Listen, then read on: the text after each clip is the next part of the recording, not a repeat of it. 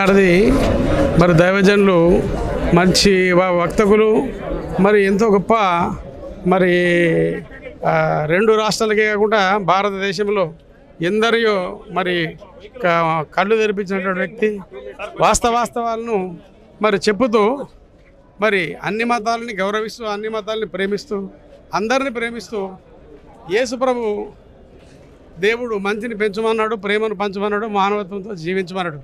ఆయన కూడా అతను చెప్పింది ఏంటి? ప్రతి విషయంలో కూడా మనుషుల్ని మనుషుల్లా చూడండి. మతాల ద్వారా మనకు క్రైస్తవ మతమే కానీ, హిందూ మతమే కానీ, ముస్లిం మతమే కానీ మతాలు కాదు ముఖ్యము, మానవత్వం ముఖ్యము, మంచితనం ముఖ్యము. మంచిని పెంచాలి, ప్రేమను పంచాలి.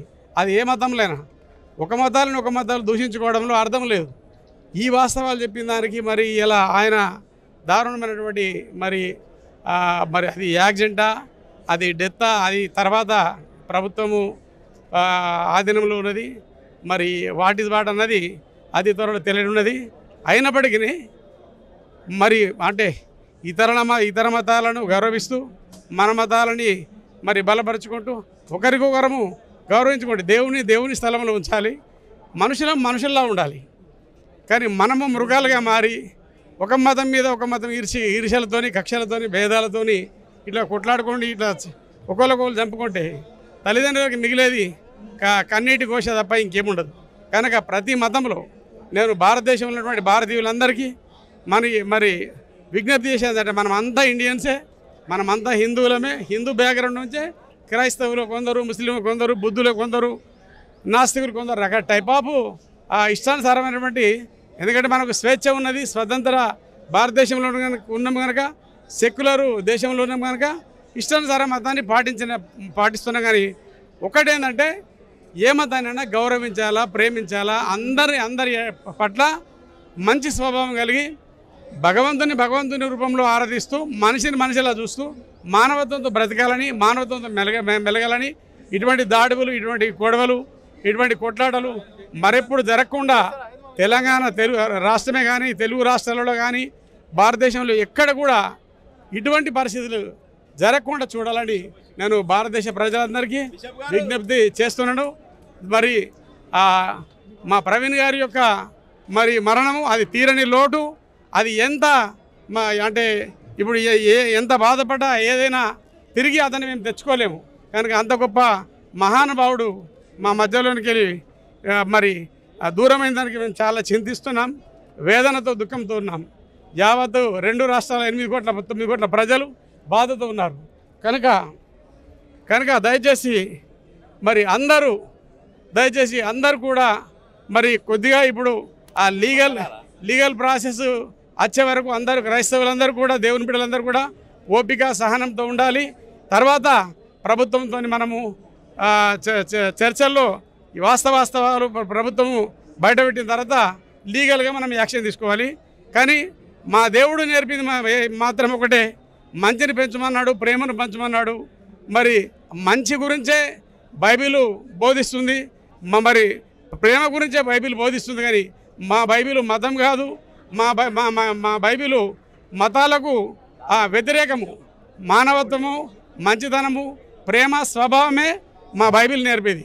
కనుక ఇంటర్నేషనల్ దాసన్న ఫౌండేషన్ బిషప్ దాసన్నగా నేను మరి ప్రవీణ్ కుమార్ గారి కుటుంబానికి, వారి కుటుంబ సభ్యులందరికీ మరి అందరికీ కూడా నేను నా ప్రకట సానుభూతి తెలుపుతున్నాను.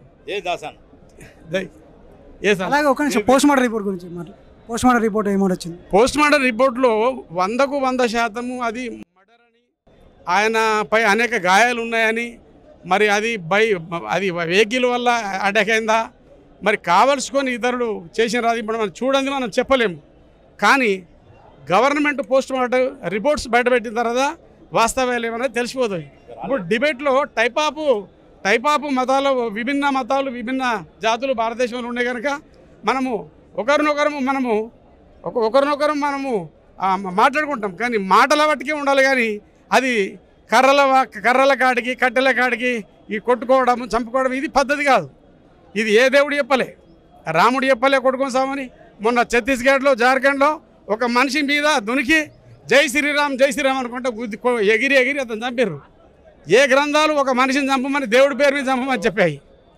ఏ గ్రంథాలు ఒక ఒక మనిషిని హింసించమని చెప్పాయి. ఏ గ్రంథమైనా మానవత్వంతో బ్రతకండి, మంచిని పెంచండి, ప్రేమను పెంచండి అని చెప్పాయి.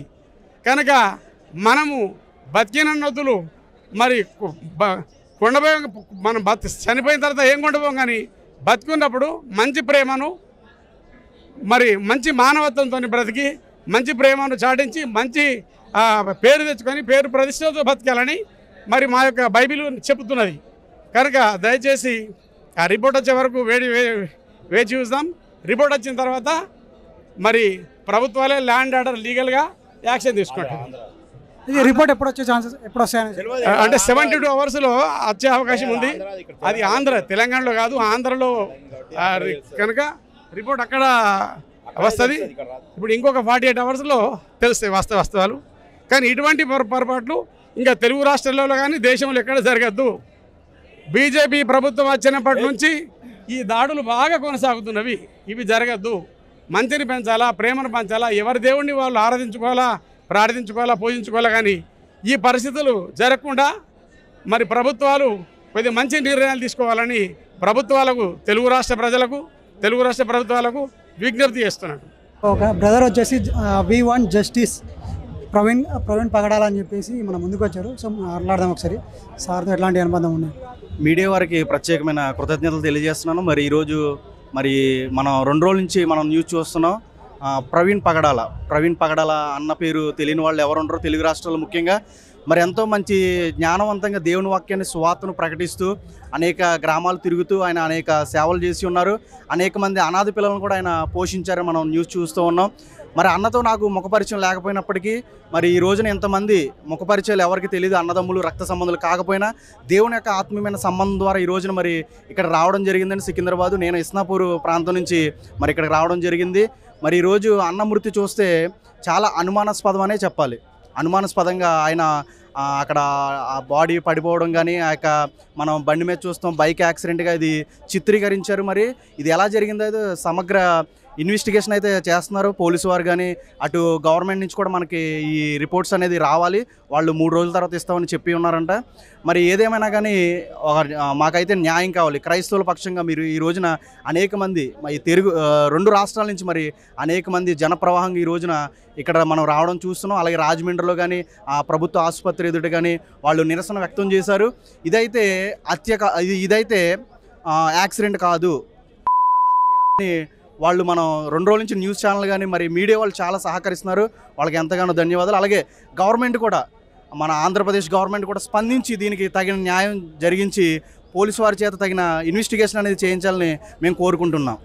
అన్న, అంతమంది అనాథలని ఆరాధించిన అతన్ని మీద ఈ విధంగా ఎందుకు చేశారనేసి మీరు అనుకుంటున్నారు? ఆ సత్యాన్ని ప్రకటించినప్పుడు అనేక మంది విరోధులు వస్తారన్న. మరి వ్యతిరేకంగా మరి ఆయన మాటలు ఎవరినైతే గాయపరిచినాయి మనకైతే తెలియదు, కానీ ఎవరొకరు ఆయన అంటే గిట్టని వారు ఉండొచ్చు, వాళ్ళే చేశారని మనం చెప్పలేం. కానీ ఇదైతే మరి పకడ్బందీగా ఒక ప్లాన్ ప్రకారం జరిగిందని మేము అనుకుంటున్నాం. అన్న, ఇప్పుడు పాస్టర్ గారి గురించి మీకు తెలిసామా, ఏమన్నా విషయాలు చెప్తారు? పగడాల ప్రవీణ్ కుమార్ అన్న గత 4 సంవత్సరాల నుంచి నాకు చాలా చక్కగా ప్రేమతో నన్ను ఆదరించిన వ్యక్తి. అన్న నాకు కొన్ని విషయాలు స్పష్టంగా చెప్పాడు. ఏంటి అంటే, నేను ఒక ఫిజికల్ ఎడ్యుకేషన్ టీచర్ని. అన్న ఏమని చెప్పాడంటే, మనిషిని మనిషిగా చూడమని చెప్పు మొదటి వ్యక్తి ఆయనే. ముస్లిం చూడొద్దు, క్రిస్టియన్స్లా చూడొద్దు, హిందువులా చూడొద్దు, ఒక మనిషిని మనిషిలాగా చూడు, ప్రేమించు. ఆయన దగ్గర నుంచే నేను ఎదుటి వాళ్ళతో ఎలా ఉండాలో నేర్చుకున్నాను. నేను మా ఊరికి వచ్చిన ప్రతిసారి నేను అన్నని అన్న నన్ను చక్కగా ఒక తమ్ములాగా ఆదరించాను. నన్ను నిజంగా చెప్తున్నాను, ఆయన లేక ఉన్నందుకు ఈరోజు ఆయన బ్రతుకుంటే ఇంకా బాగుండేమో అనిపిస్తుంది అన్న. ఈ సంఘటన వెనుక మాకు జస్టిస్ ఏంటంటే, మాకు ఈ క్రిస్టియన్స్లో ఒక వాయిస్ అండి. మేము ఈరోజు అందరూ ఇలా ఉన్నాము అంటే కేవలం ఆయన వాయిస్. ఆయనకున్న జ్ఞానము చాలా విలువైనది. ఆయనకున్న ప్రతి ఒక్క మాట విలువైన మాట మాట్లాడాడు. డెబిట్లో కానీ ఎక్కడైనా కానీ ఆయనకి కక్షలు కాదింపులు ఏముండవు. ఆయన మాట విలువైనది అని నమ్మాము మేము. అన్న, ఇప్పుడు ఒక మనిషిని మనిషిలాగానే చూడాలి అనేసి అన్న అతన్ని ఈ విధంగా ఎందుకు చేశారని మీరు అనుకుంటున్నారు? అదే అన్న, ఇప్పుడు ఒక డెబిట్లో అన్న ఎస్ అంటే వేరే వాళ్ళు రాంగ్ అనాలి. లేదా అన్న ఒకవేళ తప్పు చెప్పి ఉంటే అన్న బహిరంగ సభలో వచ్చి క్షమాపణ అడిగే వ్యక్తి.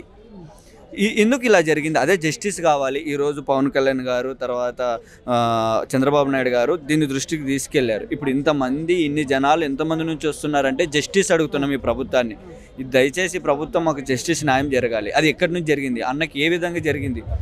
ఆ లైవ్లో చూపించినప్పటికీ, అన్నకి పెదాలు ఇలా వేయినప్పటికీ నేను నిజంగా 2 రోజుల నుంచి కోలుకోలేకపోతున్నాను.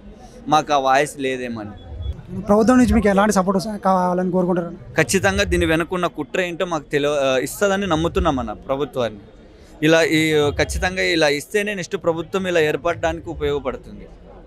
నెక్స్ట్ టైం వచ్చేసి వీళ్ళు పలానా వాళ్ళు ఉన్నారని చెప్పేసి పేర్లు కూడా చెప్పడం జరుగుతుంది కదా, దాన్ని ఏ విధంగా మీరు చూస్తారు? ఇప్పుడు రిపోర్ట్ రాకుండా మనం ఎన్ని విధాలుగా రాంగ్ అండి. అన్న హత్య లేదా యాక్సిడెంట్ కావచ్చు, కానీ అని మేమందరం అనుకుంటున్నాం. నాతో పాటు నేను కూడా అనుకుంటున్నాను.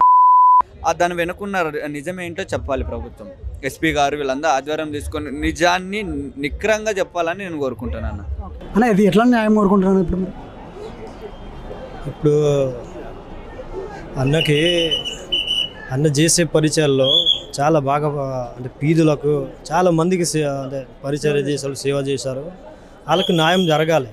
న్యాయం జరిగితే ఇలాంటి ఇంకా మళ్ళీ ఇటువంటివి జరగాయి. అందుకని న్యాయం కోరుకుంటాను, నాకు న్యాయం జరగాలని. ప్రభుత్వం నుంచి మీకు ఎలాంటి సపోర్ట్ ఉంది? ప్రభుత్వం నుంచి సపోర్ట్ కావాలి, న్యాయం జరగాలి. ఇదే నా కోరిక.